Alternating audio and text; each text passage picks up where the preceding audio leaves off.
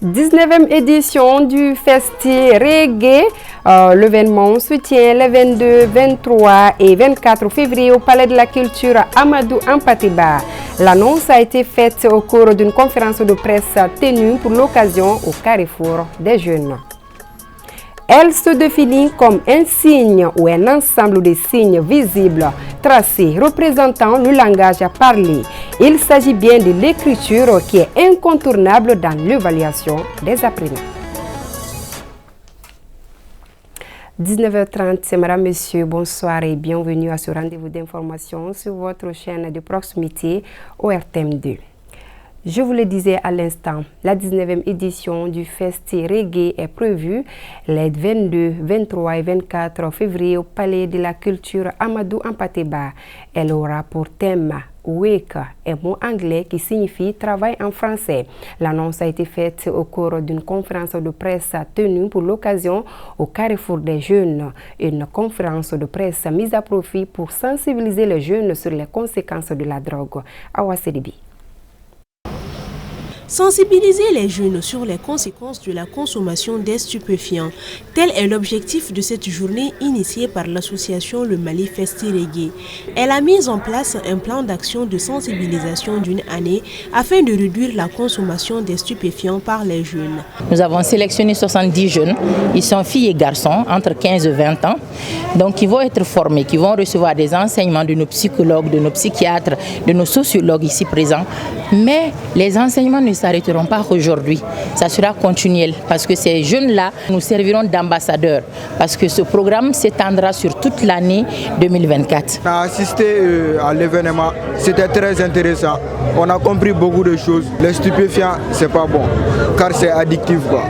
Quand on n'a pas l'argent pour acheter les stupéfiants, ça peut nous amener à faire beaucoup de choses qui ne sont pas bien. Selon un rapport de l'Office central des stupéfiants OCS, actuellement 70% des jeunes sont des consommateurs de stupéfiants, dont 25% de femmes. Entre 2021 et 2022, plus de 2000 nouveaux consommateurs de stupéfiants ont été recensés. Nous sommes en campagne de sensibilisation pour la consommation de stupéfiants. Parce que c'est un danger réel qui existe, mais qui saute un peu à l'œil vigilant de la population. Au cours de cette journée, les conférenciers ont expliqué aux jeunes présents les différences entre drogue et stupéfiants, entre drogue dure et drogue douce, ainsi que les facteurs rendant ces substances illicites addictives. L'écriture se définit comme un signe ou un ensemble de signes visibles tracés représentant le langage à parler. Généralement apprise à l'école, l'écriture est incontournable dans les évaluations. On comprend alors qu'une mauvaise écriture peut diminuer la chance de l'apprenant. Aminata Amadoula nous en dit plus. La deuxième année au baccalauréat pour Andrea Diarra. Conséquence désastreuse de la mauvaise écriture. Cette lycéenne, même après plusieurs efforts, n'arrive pas à franchir ce palier. L'an passé, les maîtres m'ont fait des reproches. Ils m'ont dit de changer mon écriture parce qu'au baccalauréat, ça cause des problèmes là-bas. Donc, j'ai fait mon mieux pour changer, mais on dirait que ce n'est pas suffisant. Le mal écrire ne se constate pas du jour au lendemain. Il résulte du manque d'application de l'enfant dans les petites classes. En première année, l'objectif visé ici, il faut que l'élève doit écrire, doit lire, doit compter. La base, c'est là-bas. Donc dès que, n'est-ce pas, cette classe-là, l'élève a échoué là-bas, il ne sait ni lire, ni écrire, ni compter. Donc l'élève va en deuxième année comme ça, avec les mêmes difficultés.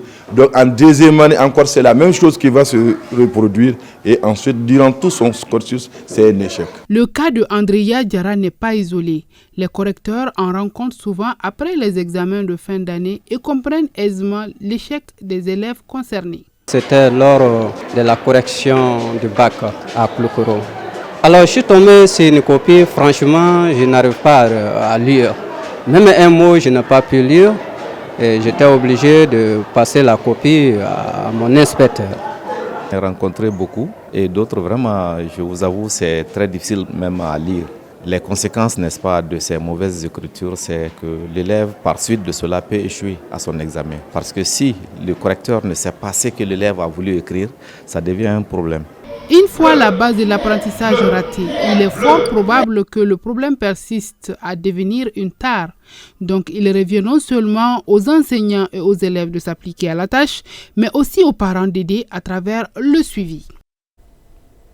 Un mot de santé dans ce journal. L'allergie est une hypersensibilité de l'organisme à certaines substances. Ces substances qu'on appelle allergènes peuvent se trouver dans l'air, dans l'alimentation ou même dans les médicaments. Parlant de l'allergie cutanée, ces symptômes apparaissent sur la peau comme son nom l'indique. Cause et traitement de l'allergie cutanée, c'est donc ce reportage signé Aminata Kone. L'allergie cutanée se caractérise par une réaction anormale de la peau à une substance qui se nomme allergène. Elle a plusieurs causes. Ça peut être soit alimentaire, soit même ça peut être lié à une piqûre, ou bien ou à l'application sur la peau d'une substance qui peut entraîner cette réaction cutanée. Une substance peut être allergénique pour moi et n'est pas l'être pour quelqu'un d'autre. Donc en un mot, les causes sont très variées.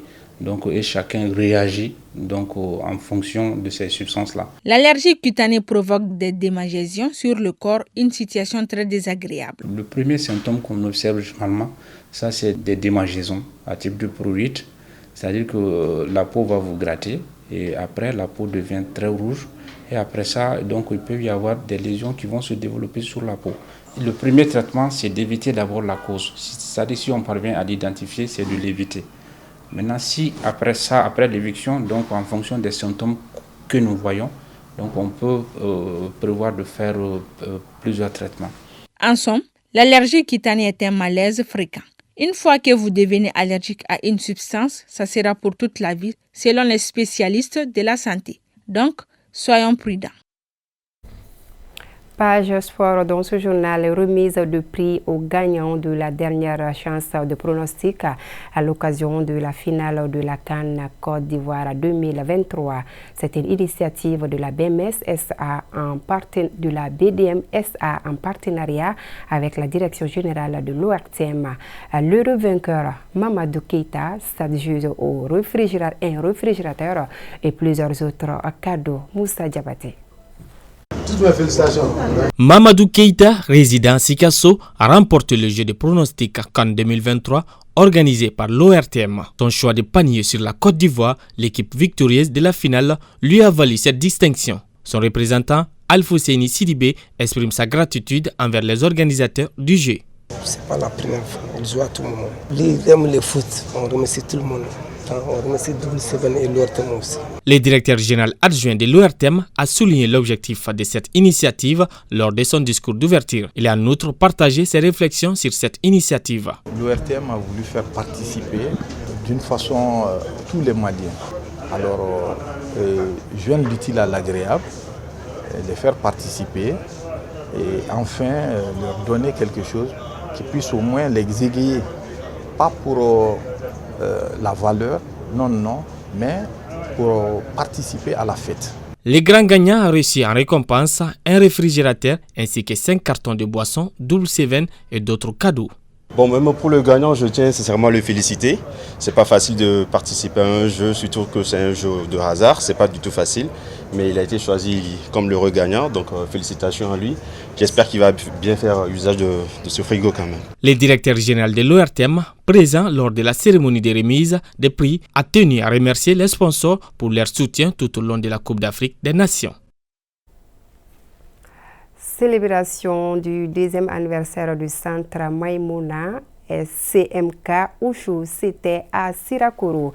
Les invités ont assisté à une série de démonstrations en Kung Fu. Moussa Diabati. Une cérémonie de démonstration d'arts martiaux en Kung Fu a donné le ton pour ce 2e anniversaire. Le président d'honneur du centre Maïmouna, CMK Wushu, s'est dit satisfait du progrès de son club. Vu la prestation des jeunes, vraiment je suis très ravi. Ça c'est mon cri de cœur. Je prie les gens de bonne volonté pour pouvoir nous accompagner dans ce sport-là, pour pouvoir former autant de jeunes et préparer une pépinière pour le pays. Le centre Maïmouna apprend à ses pratiquants une bonne éducation. Ceci à travers des actions basées sur le respect, l'endurance et la maîtrise de soi dans toutes ses pratiques. D'abord, le Kung Fu est basé sur discipline, courage, volonté et la persévérance.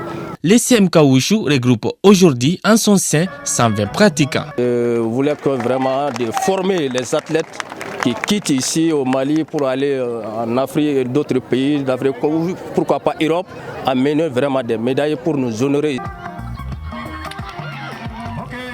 C'est une discipline qui est très très importante. Donc c'est un plaisir pour moi de les assister et je souhaiterais aussi que ça soit une continuité. La cérémonie a pris fin par la remise d'attestation aux pratiquants du centre, admis aux ceintures supérieures.